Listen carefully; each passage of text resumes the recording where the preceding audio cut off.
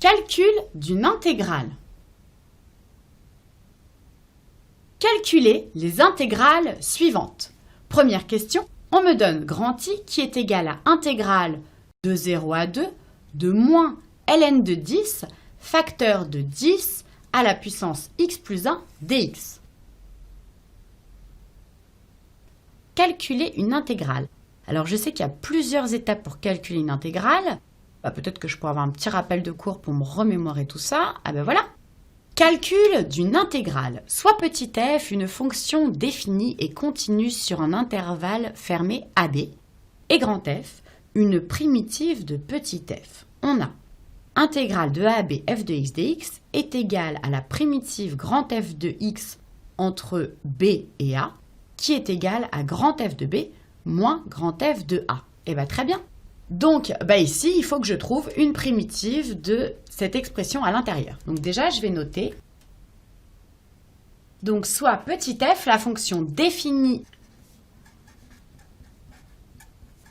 et continue sur l'intervalle 0,2 fermé par f de x qui est l'intérieur de l'intégrale, c'est-à-dire moins ln de 10 fois 10 à la puissance x plus 1. Donc ici, il faut que je trouve une primitive de petit f.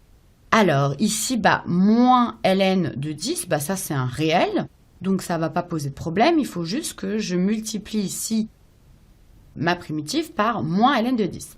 Alors par contre, ici, j'ai du 10 puissance x plus 1. Alors, lorsque le x est en puissance, c'est un petit peu compliqué parce que je ne sais pas trop ni l'intégrer, ni le primitiver, en fait, ni le dériver. Alors, ce que je peux faire, c'est peut-être un petit peu transformer cette expression. Je sais que grâce aux fonctions réciproques exponentielles et logarithmes, je peux descendre les puissances. Donc, je vais noter, je sais que exponentielle de ln de x, c'est égal à x, avec, bien sûr, un x strictement positif, parce que la fonction logarithme népérien est définie sur r plus étoile. Alors ici, donc, je peux l'appliquer à 10 à la puissance x plus 1. C'est égal à exponentielle de ln de 10 à la puissance x plus 1, car 10 est strictement positif. Et quelle que soit la puissance, ça fera toujours quelque chose de strictement positif. Alors ici, si je descends la puissance, ça me donne exponentielle de, alors là, il faut que je mette une parenthèse, x plus 1 ln de 10. Très bien, donc là, en fait, je vois que j'ai transformé et j'ai quelque chose de la forme E de U. Avec, on va poser U de x qui est égal à x plus 1 ln de 10. Alors, quand je veux primitiver quelque chose de la forme E de U, je sais que je veux toujours faire apparaître le U'. Alors, je vais regarder U', ce que ça me donne. Donc ça, déjà, si je développe, ça me donne du x ln de 10 plus ln de 10. Donc ici, si je dérive, ici va me rester du ln de 10. Et ln de 10, vu que c'est un réel, si je le dérive, ça me donne 0.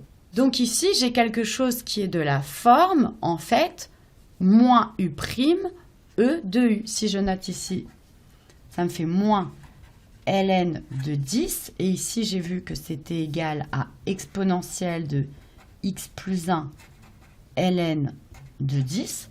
Donc là, je vois bien que j'ai du moins U' exponentielle de U. Donc je vais le noter, j'ai f de x qui est égal à moins U' de x exponentielle de U de x.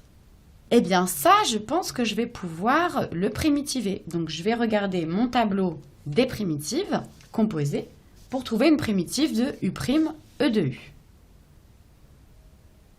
Dans la première colonne, j'ai les fonctions petit f de x et dans la seconde, les primitives correspondantes. Alors moi, je cherche U' de x, E de U. Voilà, c'est là. Donc la primitive correspondante, enfin les primitives correspondantes, c'est tout simplement E de U de x plus c. Là, je n'ai pas besoin du plus c parce que je sais que je vais faire la différence des primitives aux bornes. Donc ça ferait plus c moins c, donc je n'ai pas besoin de le mettre. Donc je vais faire un petit peu de place. Et je vais noter ce que je viens de trouver dans mon tableau, c'est-à-dire que une primitive de U', E de U, c'est E de U. Donc là, je note bien que je n'ai pas du tout mis de X et que si je mets des X, je mets des X partout. Donc soit je décide de ne pas en mettre. Par contre, quand je suis dans une équation, je suis obligée de les mettre. Alors maintenant que j'ai trouvé ma primitive, je vais pouvoir calculer mon intégrale. Donc I était égal à l'intégrale de 0 à 2 de moins ln de 10. Donc je peux mettre sous la forme que j'ai trouvée, exponentielle de x plus 1 ln de 10. Et attention, j'oublie pas mon dx, ma variable muette. J'ai vu que c'était de la forme moins U' E de U. Donc le moins, je peux le passer devant. Et une primitive de E' de U, c'est E de U. Donc ça va me donner E de U, donc exponentielle de x plus 1 ln de 10. Et je mets bien la valeur à droite de mes crochets. Alors maintenant, je vais pouvoir calculer tout ça en 2, moins tout ça en 0, sans oublier le moins devant. Alors, en 2, ça me donne exponentielle de 2 plus 1, 3 ln de 10, donc 3 ln de 10, moins en 0, exponentielle de 0 plus 1, 1 ln de 10, moins exponentielle de ln de 10. Ça, qu'est-ce que ça me donne? Donc déjà, ici, je peux enlever la parenthèse, donc ça va me faire moins. Ici, je vais pouvoir simplifier. Si je remets ici le 3 en puissance, ça va me donner exponentielle de ln de 10 puissance 3. Ici, moins par moins, ça fait plus. Et exponentielle de ln de 10, eh bien, je sais que ça me donne 10. Parce que E de ln de x, ça me donne x. Donc, E de ln de 10, eh bien, ça donne 10. Donc, ça fait plus 10. Je vais faire un peu de place. Et donc, ici, de la même façon, exponentielle de ln de 10 puissance 3, eh bien, ça donne 10 puissance 3. Donc, ça fait moins 10 puissance 3 plus 10. Alors, 10 puissance 3, je me rappelle que quand j'ai 10 à une puissance, ça me donne le nombre de 0. Donc ici, 10 puissance 3, ça fait moins 1000 plus 10. Et puis, ça, je peux le calculer. Ça me fait moins 990. Donc, je trouve que I est égal à moins 990. Je souligne ma solution. Hop, et je vérifie.